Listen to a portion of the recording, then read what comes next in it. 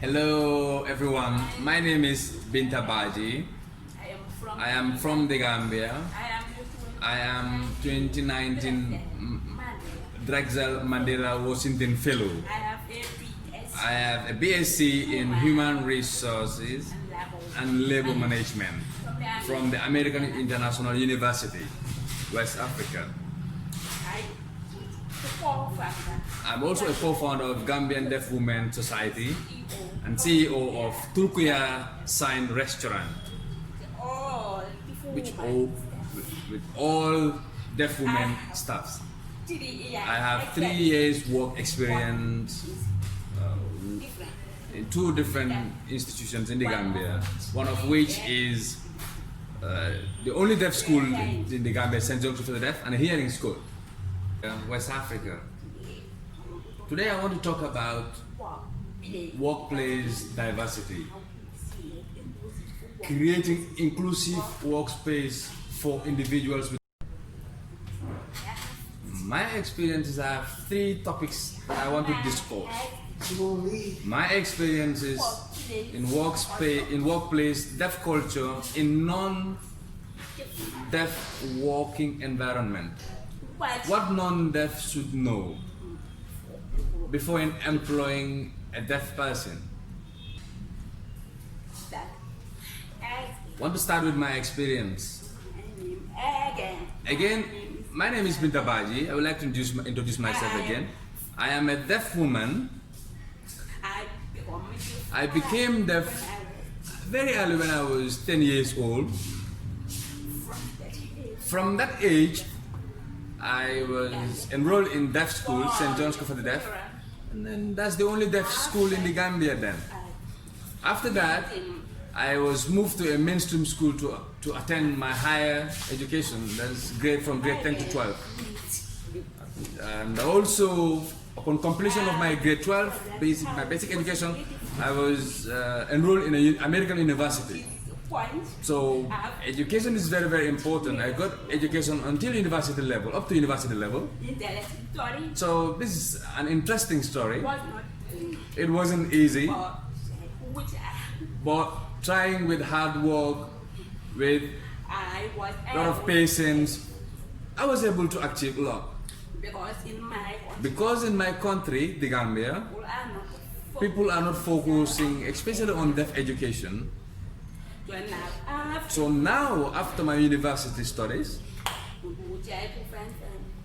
try to find employment, but I wasn't able to secure employment because I had a lot of experience in a hearing school. I was mainstream in a senior secondary school and also at the university. So I do some administrative work for the principal of the school. And I was the only deaf staff in that school. I think I was able to attend meetings, morning assembly. It was very difficult for me because most of the time I have to stand among 500 people in silence without knowing what they're saying during the assembly. But most of the time, I used to give excuse to stay away from the assembly, from attending the meetings. Also, when we have other activities, everyone will know. And I myself will know I will come last because I always have information after everyone else. Information will get to me very late. So I faced a lot of communication barriers. Sometimes when I receive a recommendation for something to change, my recommendations were not that much looked into because I'm a deaf person. I always felt a lot of stress when I was in that position then. But over time, with understanding, inside that working environment, I made life easier for myself by teaching the people in the school about my situation. by making them understand how to communicate with me. Good. Now we move into the second point. I want to talk about workplace culture in non-deaf work environment.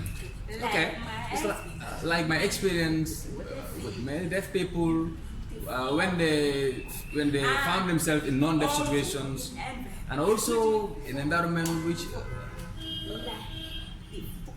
for instance, St. John's School for the Deaf, and also before I go to the university, had 2 years teaching experience at the deaf school, at the Gambia's first deaf school, that's St. John's School for the Deaf.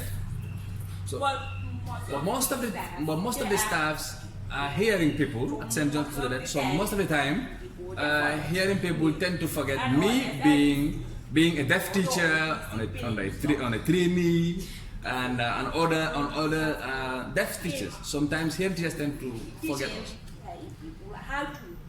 How to behave with deaf people, how to act with them.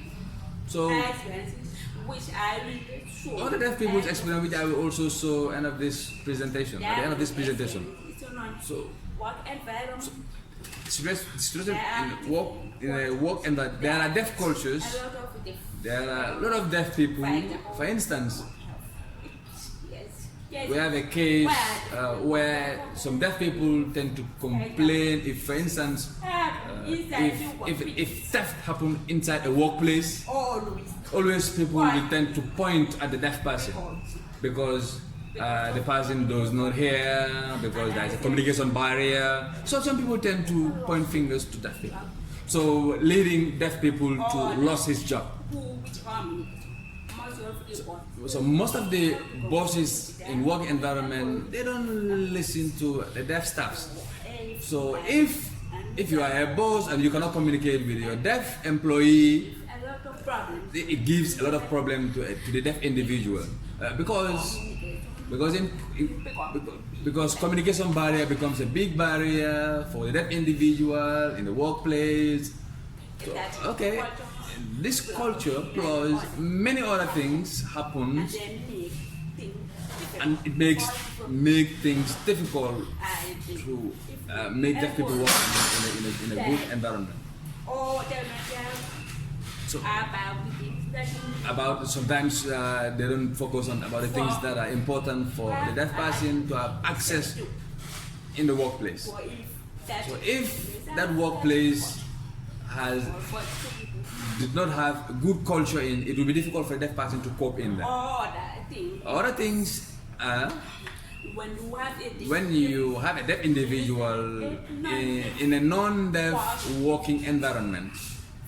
For instance, if one staff member call another staff member, another worker, you want coffee? Hey, do you want me to give you something? Other hearing people will reply, but if the person is deaf, means the deaf person won't reply. So you go bring coffee or go bring bread. So only the deaf individual will be left there without any coffee or any bread. So you will start thinking, so other staffs are enjoying the bread and the coffee, so what about me? So which makes the deaf feel very, very bad, and that's not a good habit, it's not a good culture. So we need to make environment inclusive for everyone, being a deaf or a hearing person, everyone needs to be inclusive. We move into the third point. What is that talking about? What non-deaf should know before employing a deaf individual? In America, they call American with Disability Act. In my country, the Gambia, we don't have any act, we don't have any law, specific law for people with disabilities. We don't have them here. Even inside the labor law, they only generalize things or clauses. If you employ people, no discrimination based on no discrimination based on ethics. That's in the labor law. So that generalize everything. Disability, tribe, gender. That is about that. Those are general clauses. So there is no special provision for persons with disabilities in the Gambia. So it makes life difficult for persons with disabilities in a working situation. Before I continue, I want to talk about. I want to talk about one quote that said, "Deaf can do anything. The only thing that they cannot do is hearing. But apart from hearing, deaf can do anything. If we employ a deaf individual, you have to be careful and have to be sensitive on how to address deaf people. For instance, if some people say hearing impairment, deaf people don't accept that terminology. To call them mute, deaf people don't like to be called mute because these are similar words, which means stupid. They are derogatory remarks. So deaf people do not like to be called or to be described those ways. Please. Also, if you want to employ a deaf individual, if you have a work environment which is always calling deaf people, no, it's not possible to employ them. But we have to learn how to share information via email, SMS text, WhatsApp. Yeah, you can do that to communicate, or by writing. Definitely can communicate by this means. Or if you can use sign language, perfect. This is good. You can work together with a deaf person, with a deaf individual. But if you employ this person and you lack knowledge in how to communicate. But if you employ a deaf person and you don't have any knowledge on how to communicate with a deaf person, you cannot work with the person. But if the boss cannot communicate with the deaf person, it will be difficult for the deaf person to do the job. So if you employ a deaf person, start thinking. The first thing that you should start thinking is first in the selection criteria or during the interview process. You need to employ a person based on the person's skill, and apart from skill, skills also includes communication. If the deaf person cannot communicate with you as the employer, how do you expect the deaf person to deliver in the workplace? So if you want to employ a deaf person, communication is very, very key. It's very, very important. It's the foundation of the deaf individual in any working environment. So if your workplace has no communication access for deaf individual, it will be difficult for you to employ that particular deaf person.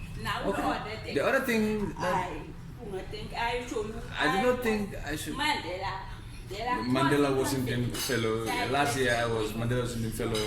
Last year I traveled to America. When I was there, they gave me sign language interpreters to communicate with.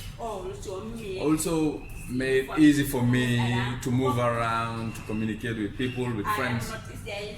I am not saying you must employ a sign language interpreter to your deaf staff, but it's something to bear in mind. Maybe from your office, from your communication department. Yeah, maybe you can have one person that can communicate with a deaf person at least. One person, the person who knows, person never uses phone to call the deaf person.